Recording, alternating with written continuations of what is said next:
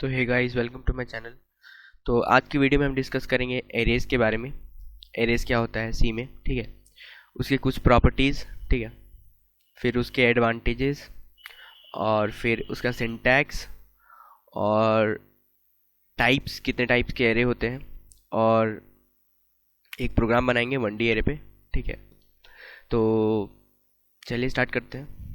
तो आपको याद होगा, हम जब डेटा टाइप पढ़ रहे थे तो उस समय आपको बताया था हमने कि एरेज के बारे में हम लोग फ्यूचर में पढ़ेंगे। तो आज उसी के बारे में पूरा डिस्कशन होने वाला है, ठीक है। तो अब इससे पहले, पढ़ने से पहले हम आपको एक सिनेरियो देते हैं जहाँ पे आपको 10 स्टूडेंट्स के मार्क्स स्टोर करने, ठीक है, या 10 सब्जेक्ट्स के मार्क्स स्टोर करने, ठीक है। मान लीजिए आपको 10 सब्जेक्ट्स के मार्क्स स्टोर करने हैं और उनको क्या करना है, स्टोर करके फिर उनको शॉर्ट करना। शॉर्ट मतलब उनको या तो बढ़ते क्रम में या घटते क्रम में सजाना है, ठीक है। तो उसको आप करने का दो तरीका है। पहला तरीका होता है आसान तरीका, और दूसरा तरीका होता है थोड़ा टफ तरीका। तो हम टफ तरीका से स्टार्ट करते हैं। तो टफ तरीका क्या है कि आप 10 वेरिएबल डिक्लेयर कर लें, और 10 वेरिएबल को डिक्लेयर करके उसको अपने हिसाब से उसमें मार्क्स डाल दें, और उसके बाद उसको सॉर्ट कर लें एक लूप चला के, या फिर बिना लूप चलाए, या फिर कैसे भी करके इसको सॉर्ट कर दें।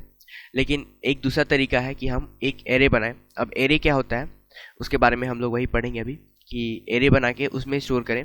तो एरे क्या होता है, the collection of similar type of data, मतलब collection of similar type of data items stored at contiguous memory location is called as array. मतलब एक ऐसा collection of similar type of data, similar type का data मतलब अगर integer है तो वो इंटीजर ही रहेगा, फ्लोट है तो वो फ्लोट ही रहेगा, डबल है तो वो डबल ही रहेगा। इस तरीके का कलेक्शन ऑफ डेटा, एक टाइप का डेटा का collection stored at contiguous memory location. मतलब कब स्टोर किया गया है, कैसे स्टोर किया गया है, कॉन्टिग्यूअस मेमोरी लोकेशन। अब कॉन्टिग्यूअस मेमोरी लोकेशन क्या होता है इसके बारे में हम पढ़ेंगे, ठीक है। कॉन्टिग्यूअस मेमोरी, आप सोचेंगे कि कॉन्टिग्यूअस मेमोरी क्या होता है, ये क्या बता रहे हो आप, तो ये इसके बारे में हम लोग अभी पढ़ेंगे, ठीक है। Contiguous memory locations is called array. तो array is a derived data type, जैसे कि हम पास्ट में पढ़ चुके हैं, पहले वीडियोज़ में हम लोग पढ़ चुके हैं कि एरे क्या है, एक डिराइव्ड डेटा टाइप है सी में, जहाँ पे ईच और data items are accessed using index number. Index number क्या होता है, इंडेक्स नंबर हर एक डेटा टाइप जो है, हर एक डेटा आइटम इंडेक्स नंबर के यूज़ करके हम लोग एक्सेस करते हैं। तो इंडेक्स नंबर क्या होता है ये भी हम लोग थोड़ा पढ़ लेंगे, ठीक है। इंडेक्स नंबर क्या होता है, ठीक है। तो अब आते हैं यहाँ पे कि कॉन्टिग्यूअस मेमोरी लोकेशन क्या बोले हम, ठीक है।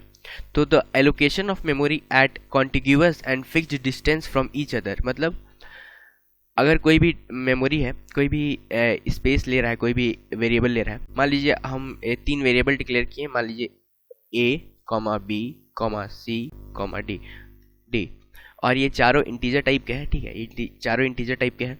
अब क्या हुआ कि a का जो लोकेशन है, यानी a का जो एड्रेस है, एड्रेस ऑफ a, मतलब एड्रेस ऑफ a 101 है, ठीक है। फिर एड्रेस ऑफ b 110 है। इस तरीके से एड्रेस ऑफ सी कहीं जाके 105 हो जाए। इस तरीके से मेमोरी लोकेटेड है हर एक वेरिएबल का। तो ऐसा जो वेरिएबल का मेमोरी लोकेशन है, जैसे कि 101 हो गया, फिर 1010 अचानक से हो गया, फिर उसके बाद फिर घट गया, इस तरीके से मेमोरी जो लोकेट होता है, इसको कॉन्टिग्यूअस नहीं बोलते, इसको नॉन कॉन्टिग्यूअस मेमोरी लोकेशन बोलता है। इसमें मेमोरी कॉन्टिन्यूअसली स्टोर नहीं होता है, मतलब कि कॉन्टिन्यूअस स्टोरेज पे फिक्स्ड डिस्टेंस पे स्टोर नहीं होता है, फिक्स्ड डिस्टेंस पे स्टोर नहीं होता है, उसको बोलते हैं नॉन कॉन्टिग्यूअस मेमोरी लोकेशन। जबकि एरे में क्या होता है, एरे में ये होता है कि जो डेटा जो भी डेटा है वो फिक्स्ड डिस्टेंस पे लोकेट होता है, ठीक है। फिक्स्ड डिस्टेंस पे लोकेट होता है, ठीक है। फिक्स्ड डिस्टेंस पे एक लीनियर वे में, एक लाइन की तरह लोकेट होता है। जैसे लाइन में हम लोग बच्चे को खड़े करते हैं ना, तो बोलते हैं कि एक हाथ की दूरी पे खड़े हो, तो वो एक हाथ की दूरी पे खड़े रहते हैं। उसी तरीके से एक लाइन में एक फिक्स्ड डिस्टेंस के बीच में कोई भी एरे को लोकेट कर दिया गया है, एरे के सारे एलिमेंट्स को लोकेट कर दिया गया है, उसी को बोलते हैं contiguous memory location. I hope कि कॉन्टिग्यूअस मेमोरी लोकेशन आपको अच्छे से समझ में आ गया। अगर नहीं समझ आया तो इसके बारे में आप कमेंट कर सकते हैं, ठीक है। मेरे को कमेंट कर दीजिएगा, ठीक है। कमेंट में आप लिख सकते हैं। आगे आते हैं प्रॉपर्टीज़ ऑफ एरे के बारे में। तो प्रॉपर्टीज़ ऑफ एरे के से पहले हम थोड़ा एरे का पूरा आपको व्यू दिखा देते हैं कि एरे कैसे एक्चुअली में दिखता है, ठीक है। तो देखिए यहाँ पे एरे है, ये एरे है। एरे कितने साइज़ का है? तो एरे 8 साइज़ का है। अब ये कैसे 8 साइज़ का है ये भी हम बता देंगे आपको। तो एरे 8 साइज़ का है, ठीक है। इसमें जो पहला एड्रेस है वो 100 है, दूसरा का एड्रेस 104 है, तीसरे का एड्रेस 108 है। इस तरीके से आप देख सकते हैं कि 100 104 108। अब अगला आएगा तो उसका एड्रेस होगा 10112 होगा, क्योंकि देखिए 4 करके बढ़ रहा है तो ये 112 हो जाएगा। फिर अगला का एड्रेस आएगा तो अगला का एड्रेस हो जाएगा 116 हो जाएगा। इस तरीके से होते हुए एंड तक जाएगा, ठीक है। तो यहाँ पे ये आप समझ गए। और इसके बाद यहाँ पे हम लोग पढ़े थे इंडेक्स नंबर के बारे में। तो इंडेक्स नंबर एक ऐसा नंबर होता है, नंबर जिसके थ्रू हम हर एक एलिमेंट को एक्सेस करते हैं। जैसे कि मान लीजिए कि हमको एक्सेस करना है इस एरे में चौथे एलिमेंट को एक्सेस करना है, यानी कि 0 1 1 2 3 4 फोर्थ एलिमेंट को एक्सेस करना है तो हम A3 लिखेंगे, AR3 लिखेंगे तो हम लोग एलिमेंट को एक्सेस कर लेंगे। अब ये सब समझाने के लिए आपको हम सिंटैक्स में डायरेक्ट ले जाएंगे, तो उसके बारे में उसके पहले हम लोग प्रॉपर्टीज़ पढ़ लेते हैं। तो प्रॉपर्टीज़ क्या होता है? तो each element has the same size, मतलब हर एक एलिमेंट का साइज सेम होता है। प्रॉपर्टीज में ऑफ एरे में हर एक एलिमेंट का साइज सेम होता है, ठीक है। और element can be randomly accessed using index number. अब इंडेक्स नंबर का यूज करके एलिमेंट को रैंडमली एक्सेस किया जा सकता है। मतलब रैंडमली एक्सेस मतलब कहीं से भी एक्सेस कर लीजिए इंडेक्स नंबर का यूज करके, ठीक है। अब एडवांटेज ऑफ एरे में आते हैं। तो एडवांटेज ऑफ एरे क्या होता है? तो कोड ऑप्टिमाइजेशन, मतलब कोड ऑप्टिमाइज्ड होगा। Less code to access the data, मतलब डेटा को एक्सेस करने के लिए लेस कोड यूज किया जाता है। अब ईज ऑफ ट्रैवर्सिंग। अब ट्रैवर्सिंग क्या होता है इसके बारे में हम लोग थोड़ा फ्यूचर में पढ़ेंगे। ट्रैवर्सिंग जब DSA का हम वो वीडियो लाएंगे डेटा स्ट्रक्चर एल्गोरिदम का, तब हम उसमें हम आपको अच्छे से ट्रैवर्सिंग के बारे में बताएंगे। तो अभी ट्रैवर्सिंग के बारे में आपको अच्छे से थोड़ा सा बता देते हैं। ट्रैवर्सिंग मतलब होता है कि हर एक एलिमेंट को एक्सेस करना, मतलब हर एक एलिमेंट को एक्सेस करना। मान लीजिए कोई भी एरे है, उसमें हर एक एलिमेंट है, उसको हर एक एलिमेंट को एक्सेस करना, उसको बोलते हैं एक्सेस। मतलब होता है उसके पास जाना या फिर उसको उठाना, मतलब उसको बोलते हैं, ठीक है, उसको ट्रैवर्सिंग बोलते हैं। तो using loop we can traverse और एक्सेस, मतलब एक्सेस कर सकते हैं each of the element easily, मतलब हर एक एलिमेंट को ईजिली एक्सेस कर सकते हैं लूप का यूज करके, ठीक है। अब सॉर्टिंग। तो सॉर्टिंग क्या होता है? तो सॉर्टिंग होता है मतलब छोटे से बड़े क्रम में या बड़े से छोटे क्रम में उसको मतलब कि सजा देना, उसको शॉर्टिंग बोलते हैं। तो sorting we can easily sort the element, मतलब हम लोग बहुत इजीली एलिमेंट्स को सॉर्ट कर सकते हैं, ठीक है, बहुत इजीली एलिमेंट्स को सॉर्ट कर सकते हैं। और एक है रैंडम एक्सेस। मतलब रैंडम एक्सेस मतलब हम लोग कहीं से भी कोई भी एलिमेंट को अगर चाहें तो एक्सेस कर सकते हैं, ठीक है। कोई भी एलिमेंट को हम चाहें तो एक्सेस कर सकते हैं। कैसे एक्सेस कर सकते हैं? अभी कुछ देर पहले हम लोग पढ़े थे इंडेक्स नंबर के बारे में। तो इंडेक्स नंबर का यूज करके हम लोग एक्सेस कर सकते हैं, ठीक है। अब आते हैं इसकी सिंटैक्स पे। तो यहाँ पे आपको एरे के बारे में दिखाए थे कि एरे क्या होता है, तो इसके बारे में यहाँ पे हम सिंटैक्स के ऊपर आते हैं तो उसमें आपको समझ में आ जाएगा। तो इसको कैसे डिफाइन किया जाता है? तो पहले क्या होगा? पहले होगा डेटा टाइप, ठीक है। उसके बाद एरे का नाम, फिर एक ब्रैकेट स्टार्ट होगा, ये डब्बा वाला ब्रैकेट जो भी इसको बोलते हैं हम लोग, ठीक है। उसके अंदर एरे का साइज होगा, ये फर्स्ट टाइम जो भी साइज डिक्लेयर होगा वो पहली बार होगा, ठीक है। उसके बाद साइज कभी डिक्लेयर नहीं होगा, मतलब वो फिक्स हो जाएगा, वो एक बार डिक्लेयर हुआ वो साइज फिक्स हो जाता है, ठीक है। तो अब इसका एग्जांपल देख लेते हैं कैसे से डिक्लेयर होता है एरे। तो देखिए इंट ARR क्या है? एरे का नाम है। और 10 जो है वो साइज है, ठीक है। तो यहाँ पे देखिए where ARR is the name of the array, ARR जो है एरे का नाम है, और 10 इज द साइज, और 10 जो है वो साइज है, 10 जो है वो साइज है। और इंट जो है वो डेटा टाइप है, जो ये इंट है वो डेटा टाइप है। अब एक आता है syntax of accessing the elements, array elements का एक्सेस करने का सिंटैक्स क्या होता है? तो देखिए एरे नेम, फिर ये डब्बा वाला ब्रैकेट जो भी होता है, ठीक है, उसके अंदर इंडेक्स, ठीक है, इंडेक्स का नंबर, ठीक है, इंडेक्स का जो भी नंबर है उसको, और फिर डब्बा वाला ब्रैकेट बंद। मतलब एग्जांपल में देख लेते हैं। तो एग्जांपल में है ARR 5। अब ARR 5 हियर, यहाँ पे ARR जो है वो क्या है? एरे का नाम है। जैसे कि यहाँ पे ARR भी एरे का नाम था, और 5 जो है वो इंडेक्स नंबर है। अब यहाँ पे 5 जो है साइज नहीं होगा, एक बार डिक्लेयर हो गया तो वो 5 अब एज एन इंडेक्स माना जाएगा, वो एज अ साइज नहीं माना जाएगा जब भी आप डब्बा में डालेंगे, ठीक है। तो उसी तरीके से यहाँ पे डब्बा में देख लीजिए, देखिए अगर हम लोग को पहले एलिमेंट को एक्सेस करना है तो A0 कभी भी स्टार्ट होता है, तो एरे का जो इंडेक्सिंग है वो 0 से स्टार्ट होता है, कभी भी एरे का इंडेक्सिंग 0 से स्टार्ट होता है, ठीक है। तो A0, ठीक है, फिर A1, फिर A2, इस तरीके से करके A7 क्यों? क्योंकि 8 साइज जो डिक्लेयर हुआ था उस समय, जब फर्स्ट में साइज डिक्लेयर हुआ था उस समय 8 साइज का डिक्लेयर हुआ था, तो A7 यानी हरदम साइज -1 तक ही ट्रेवर्सिंग होगा, एक्सेसिंग होगा, ठीक है। अब जहाँ पे ये इसमें बताया गया है कि यहाँ पे 1 2 3 2 7 मतलब 1 से जो 7 तक है, ये जो आप देख रहे हैं, ये सब इंडेक्सिंग है, और 8 जो है, 8 यहाँ पे जो 8 आप देख रहे हैं ये एरे का साइज है, ठीक है। तो अब आते हैं टाइप ऑफ एरेज में। तो टाइप ऑफ एरे में क्या होता है, कितना टाइप ऑफ एरे होता है? तो एक होता है 1D एरे, एक होता है 2D एरे। 1D एरे क्या होता है? 1 डायमेंशनल एरे, जिसमें एक ही इंडेक्स होगा, ठीक है, जिसमें एक ही इंडेक्स होगा उसको 1D एरे बोलते हैं।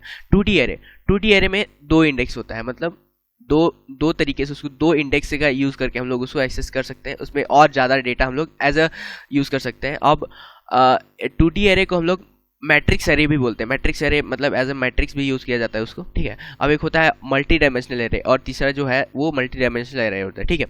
अब एक प्रोग्राम बनाते हैं 1D एरे पे, तो स्टार्ट करते हैं। तो कंट्रोलर S से सेव करते हैं इसको, और इसमें हम डालेंगे 1D array.c 1D array.c के नाम से, ठीक है। अब यहाँ पे मेन स्टार्ट हुआ, ठीक है।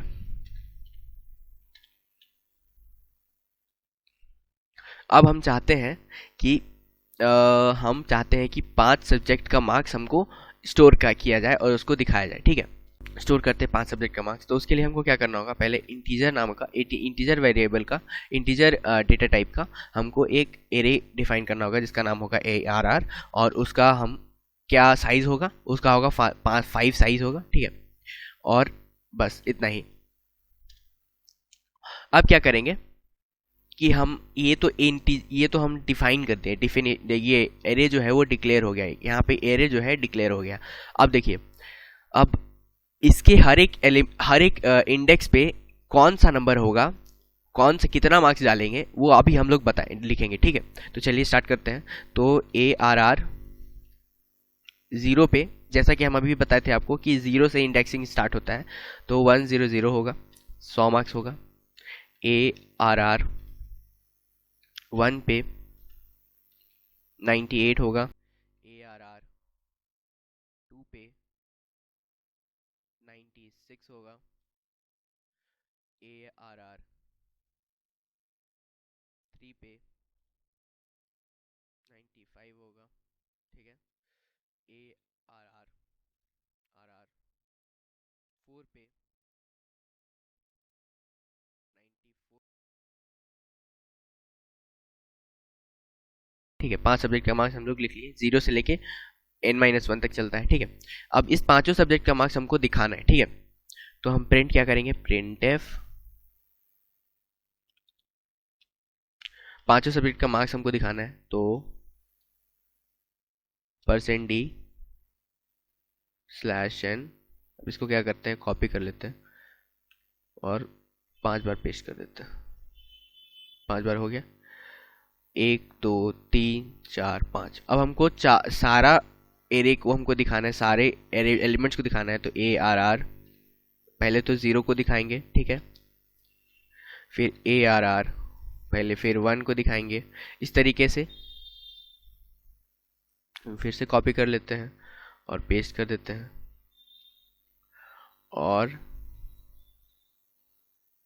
क्या करते हैं, ARR 1 है, यहाँ पे 2 हो जाएगा, यहाँ पे 3 हो जाएगा, और यहाँ पे 4 हो जाएगा, ठीक है।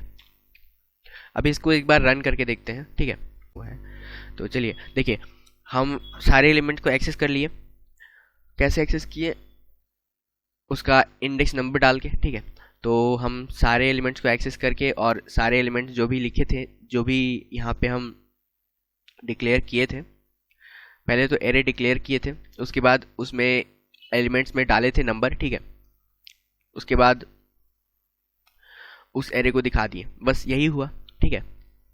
अब इसका एक और तरीका है इसको हम लोग रन टाइम में भी इनपुट ले सकते हैं। जैसे कि यहाँ पे हम लोग ARR 1 2 3 4 करके लिखे हैं, उसको एक और तरीके से लिख सकते हैं, रन टाइम में भी इनपुट ले सकते हैं। और एक और तरीका है जिसमें हम लोग रन टाइम में ना इनपुट लेके एक साथ ही सारे को हम लोग डिक्लेयर कर ले, ठीक है, एक साथ ही सारे को डिक्लेयर कर ले। तो ये क्या हो, ये कैसे होगा, तो ये ARR 5 लिखे हैं, अब इसके अंदर ऐसे जाएगा और ऐसा करली ब्रैकेट आएगा, करली ब्रैकेट, और फिर यहाँ पे हम हर एक मार्क्स लिख देंगे, ठीक है, 98, फिर 96, फिर 94, 95 और 94। ये हो गया हमारा एरे डिक्लेरेशन, ठीक है। अब इसको एक बार रन करते हैं तो देखिए सेम आउटपुट आएगा जैसे पहले आया था, ठीक है। तो देखिए सेम आया, यहाँ पे हम 996 लिख दिए हैं, वो गड़बड़ हुआ है, बाकी सेम आउटपुट आएगा। तो देखिए ऐसे भी हम लोग एरे को हर एक एलिमेंट पे जाके हर एक इंडेक्स को एक्सेस ना करके डायरेक्ट भी लिख सकते हैं एक साथ। तो ये भी एक तरीका है इंडेक्स, ये एरे डिक्लेरेशन और डेफिनेशन और डिक्लेरेशन का साथ में, ठीक है। तो होप कि आप समझ गए होंगे कि वन डे एरे कैसे काम करता है, ठीक है। तो चलिए आज की वीडियो में बस इतना ही, अब आगे आने वाली वीडियोस के लिए बने रहें, तब तक के लिए थैंक यू और बाय।